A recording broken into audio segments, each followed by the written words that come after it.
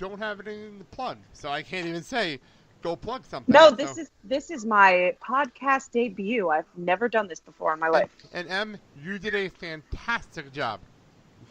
Thanks. Sometimes I talk over you and I feel bad, but that's fine. we do it all the time. Rob, you have stuff you have to plug, so go for it. Yeah, I got Dave Made a Minute, where we looked at Dave Made a Maze. That one finished last week at the time of this recording. And Michael Myers Minute, looking at the original Halloween, which ends in a couple weeks at the time of this recording. So those might both be done by the time anyone hears this. I don't know when this is going up. This is going up Friday. Oh, okay. Yeah. That one will still exist. Well, they'll both still exist. And then next up, I'm going The Room Minute, which a bunch of people are horrified by. So that's going to be fun. Well, I am actually, obviously, on the Blake and Sal Show. People are hearing this on that show as well. But on the No Days feed, the Blake and Sal Show, here our full show. We're going to be discussing the Royal Rumble and other stuff over there. Clerks Minute Beyond. A little announcement here. Originally, that was supposed to end in a couple of weeks. Well, we had some scheduling issues because of the weather. So, starting today, it's Friday when people are hearing this, go over to Clerks Minute Beyond, and I got some friends of mine over at Whatever It Takes, another show on our network, and they're letting us air their episodes of that show with Kevin Smith on Degrassi for the next 4 weeks. So that's going up on Clerks Minute Beyond. And, of course, my next big project, D5, The Mighty Ducks, coming in April. So there you go. A lot going on. All right. Yeah. Thank you so much, Emily, for coming on. Appreciate it. Anytime. No problem. And Rob, I'll come back when the DVD comes out if you like. Definitely. And Rob, thank you so much for coming on. Thank you for having me. It was fun. No problem. And for those listening on the Blake and Sal Show, we'll throw it back to the main show. And for those on No Days But Today, thank you all for listening, and maybe we'll see you in 2020. Have a good day, everybody.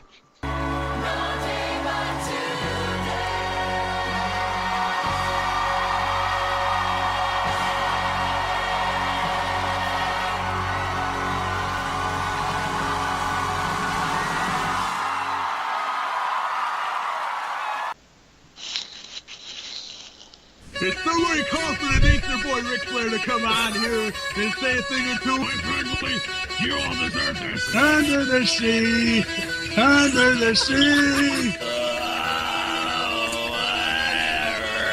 Oh, what a rush. Oh, get later. It's fake. But don't worry, you could have seen the commando. And that's the bottom line. Because Stone Cold said so. Hakuna Matata. What a wonderful phrase! That's so ratchet.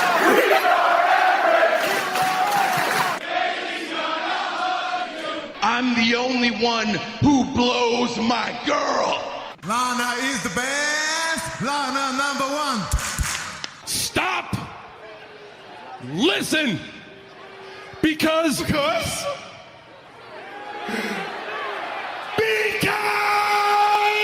I am Lance Catamaran. You know, I was literally saying it was an insanely busy week. I'm not exaggerating. I'm not. I was literally taking my notes for the show, and I'm like, holy shit, a lot happened in a week since we were last on the air. So what did I miss? Sal, let's start with the news. Go for it. Reports are saying that Ronda Rousey will be leaving WWE right after WrestleMania so she can get preggers. Well, the funny part, did you happen to see Ronda Rousey's response to this? No. Oh my god. It is one of the funniest things I ever read, and I cannot find audio, and I really wanted to find audio, and it doesn't exist. It was an interview. It wasn't an audio thing. She goes and says, why is everybody worried about what's going on with my vagina? Those are her exact words. I mean, I'm not really worried, per se, Miss Rousey. But, when different media outlets are reporting that, you want to get knocked up, and you have a tendency of leaving companies when you lose titles, because we all know you're losing at WrestleMania. We'll get there. Just saying. Oh, man. So I don't know how to feel about this because there's so much more to do, but I understand where she's coming from. Like, if she wants to have a kid, go have a kid. Apparently, she wouldn't be leaving her contract, is what I've been hearing. Her contract would still be in place. She had the 3-year deal with WWE. And it's been 1, correct? Yeah, it's been 1 year. She signed. It was January to January, so it's been 1 year as of now. Actually, she just hit 1 year because she debuted at the Rumble last year. So it's been 1 year. So she has 2 more years. And if anything, what might happen if she decides to go have a kid, they'll pause her contract. She can go have the kid, and then come back in a year, and they'll just pick up from there. Huh. Which, you know who I wonder here? Was Fox aware of this? Well, it's interesting you bring that up. It's very interesting you bring that up. Yeah, I was thinking about that recently. Did Fox know this? Were they aware that she may leave right before they moved to Fox? Like, it's an interesting situation. I guess we'll play it by ear. Speaking of WrestleMania, this one came out of nowhere. Go for it. And it's been confirmed because you found it posted on the main page. Yes. Mandy's boo, Dean Ambrose, and I know she's already. I can hear her crying already, even though this is pre-recorded. He has turned down a new WWE contract with Raze, by the way. I know. And will be leaving the WWE at the end of April. So Ray Keller first reported this actually, and then I've been hearing mixed in pieces. According to Mike Johnson, he was offered a 5-year deal, a $1 million downside contract per year. Wow. He turned down a $1 million a year downside contract. Wow. That is crazy. Obviously, the AEW rumors all over the place here. What are your thoughts on Ambrose leaving? Like, how do you feel about his push in the last year, the way things have been used? I know Mandy was very upset at how his heel run has gone. How do you think? Well, that's what I've been. I read that he is very unhappy with the direction that his character is going. Whether it's the heel turn or whatever the case is, I'm not sure of the details. But here's my thing. He's a big star now. And if he had voiced his concern, and if it really was the fact that he is unhappy with the direction his character is in, if WWE really wanted to keep him, wouldn't they say, okay, we'll change the character back? Or something of that nature, yeah. Especially with this whole AEW business, because I have a feeling, Blake, that if AEW was not a thing, would he actually be leaving? Because he wouldn't have had an option. I agree. I actually have been thinking the same exact thing. And I know the joke has been AEW is not a real company, yada, yada, yada, yada, yada. People, stop that. I get it. I get the joke, and I had this argument with Dave. AEW is happening, whether you like it or not. It's going to happen. It's starting in May. It's going to be a thing. Like, I get it. And, like, I have it in my sheet for talking about next week, that they're having a big party this week to talk about the ticket information, and it sounds like Kenny Omega is going to be there. Mm-hmm. You know what I mean? Like, that's a big deal, you know? It will happen. I don't know. Ambrose goes to AEW. That's huge. That's mega huge. Oh, that's huge. Yeah, John Moxley, sorry. Very John huge. Moxley shows up in AEW. That's pretty big. Yeah. And think about it this way: if you're a TV company and you're going after AEW, and they have Jericho, they have a Rhodes, they have the Young Bucks, who are one of the top sellers in Hot Topic, and then you can say, we may get Dean Ambrose, a member of the WWE Shield, former WWE champion. And plus the rumors that JR might be coming over to do commentary. How big is that? How big is that? Like, that's 5 things that a TV company could look like, oh my god, AEW could be big. Yep. Anyway, speaking of possible people leaving the company, this is another one that just went down. Don't blame him, but Hideo Itami requested and was granted his release from WWE shortly after the pay-per-view. Yeah, he had one final match on 205 Live on Tuesday, and he lost to Akira Tozawa, and then his manager, Ari Daivari, turned on him, and that was it. Hideo Itami was left in the ring face down after being attacked by his manager. So, I can't blame the guy. He's had a rough 2 years.